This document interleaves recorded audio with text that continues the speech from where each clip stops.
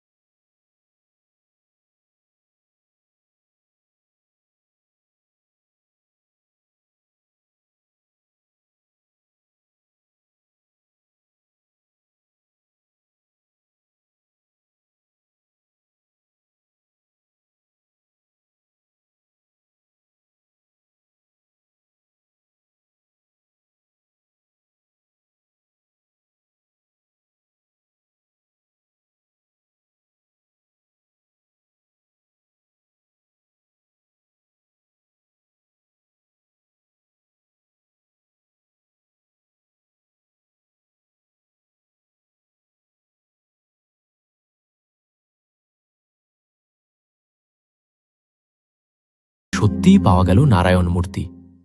এই কারণে বামদেবের কপালে জুটল মার।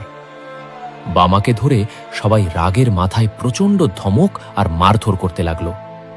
মার খেয়েই বামা বলল, এখনকার ঠাকুররাই বদ, আমায় দিয়ে চুরি করালে আবার মারও খাওয়ালে। দুর্গাদাস প্রথমে রাগের মাথায় মারলেও ভিতরে ভিতরে তার মনে একটা প্রশ্ন জন্মালে, ছেলেটা কি সত্যিই ঠাকুরের কথা শুনেছিল? এই ছেলেটার আচরণ, চলন বলন সবই কি সাধারণ? ক্রমে ক্রমে তিনি বামাকে লক্ষ্য করা শুরু করলেন। আটলা গ্রামের একমাত্র ব্রাহ্মণ হয়ে তিনিই প্রথম বুঝতে পারলেন, বামাচরণ সাধারণ ছেলে নন, ভগবত প্রেরিত এক অলৌকিক সত্তা। এরপর থেকে বামার পরিবারকে ভালোবাসা, সাহায্য করা সবকিছুতে এগিয়ে আসতে শুরু করেন দুর্গাদাস সরকার। কারণ তিনি বুঝেছিলেন, এই ছেলেই একদিন আলোকিত করবে আশেপাশের সব মানুষকে। এই রকম আরও